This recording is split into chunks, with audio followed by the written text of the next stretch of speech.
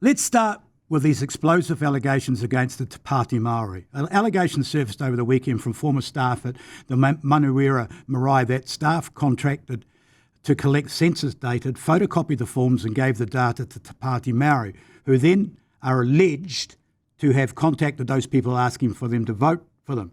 It was also alleged voters were promised $100 grocery vouchers if they changed to the Maori poll roll. Stats New Zealand is now investigating. The party denies the allegations.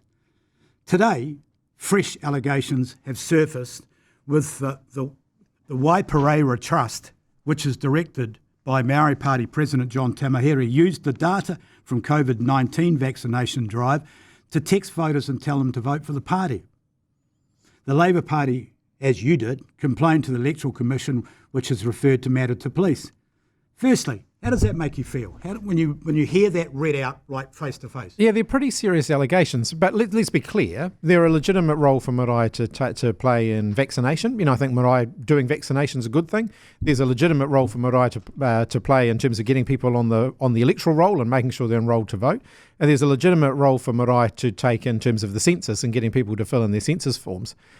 But it's really important that they make sure they've got processes in place to keep clear delineations between those activities so that any information that's collected through them isn't used inappropriately. So during all of those processes, you collect people's information. Yeah, but it's important that that's allegedly, not... Allegedly, we're saying allegedly, they have used that information and offered them, if they actually changed it to another role, a food voucher. I mean, that's almost criminal. Well, it is criminal. Yeah, so I think we're all of these allegations out there to be demonstrated to be correct, then that's a pretty serious situation that they're finding themselves in.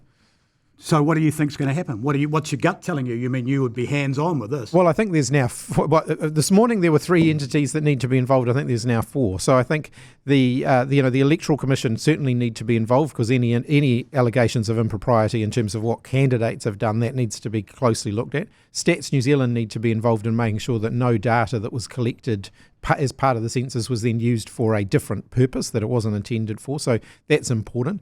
I think we now need to add health NZ into the list as well, so to make sure that vaccine data, people's personal health information hasn't been inappropriately used.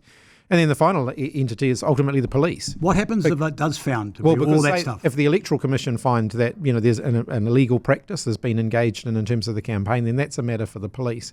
So I think all 4 of those entities need to be involved in making sure that what's happened here is all completely legitimate and above board.